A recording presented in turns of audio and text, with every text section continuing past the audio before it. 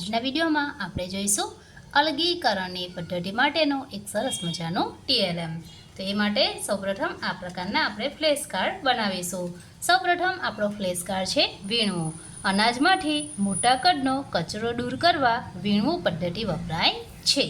ત્યારબાદ છે બીજી પદ્ધતિ, આ પદ્ધતિનું નામ છે ચાળવું।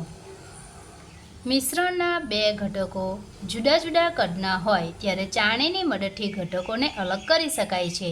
આ પદ્ધતિને ચાળવું કહેવાય છે। ત્યારબાદ ત્રીજી પદ્ધતિ છે છળવું। ડુંડામાંથી દાણાને અલગ કરવાની રીતને છળવું કહે છે। તો આ પદ્ધતિ છે આપણી છળવું। ત્યારબાદ પદ્ધતિ છે ઉપણવું।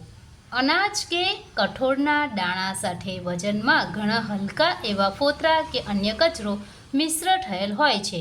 અનાજના દાણામાંથી આવા બિનજરૂરી પદાર્થોને દૂર કરવા વપરાતી પદ્ધતિને ઉપણવું કહે છે। તો આપણી ચોથી પદ્ધતિ છે ઉપણવું। ત્યારબાદ પદ્ધતિ છે નિક્ષેપણ। મિશ્રણમાં રહેલો વજનમાં ભારે ઘટક તેમાં પાણી ઉમેર્યા બાદ નીચે બેસી જાય છે, તે પદ્ધતિને નિક્ષેપણ કહે છે। તો આપણી આ પદ્ધતિ છે નિક્ષેપણ। ત્યારબાદ પદ્ધતિ છે નિતારણ। મિશ્રણમાં રહેલો વજનમાં ભારે ઘટક પાણી ઉમેર્યા બાદ નીચે બેસી જાય છે, તેમાંથી પાણીને દૂર કરવામાં આવે છે, આ પદ્ધતિને નિતારણ કહે છે। ત્યારબાદ પદ્ધતિ છે ગારણ પદ્ધતિ।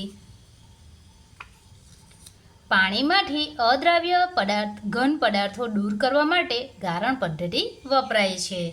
ત્યારબાદ પદ્ધતિ છે બાષ્પીભવન। દ્રાવણમાંથી દ્રાવ્ય ઘન પદાર્થ મેળવવા માટે બાષ્પીભવન પદ્ધતિ વપરાય છે। અને આપણી આ અંતિમ પદ્ધતિ છે ઘનીભવન। પાણીની વરાળનું તેના પ્રવાહી સ્વરૂપમાં રૂપાંતર થવાની ક્રિયાને ઘનીભવન કહે છે। તો આમ પદાર્થના અલગીકરણ માટેની કુલ 9 પદ્ધતિઓ છે। તો હવે આપણે આ પદ્ધતિઓને સરળતાથી યાદ રાખવા માટે આપણે તેનું TLM બનાવીશું। એ માટે સૌપ્રથમ આપણે એક દોરીનો ઉપયોગ કરીશું। હવે આપણે દોરીને ગોઠવી દઈશું।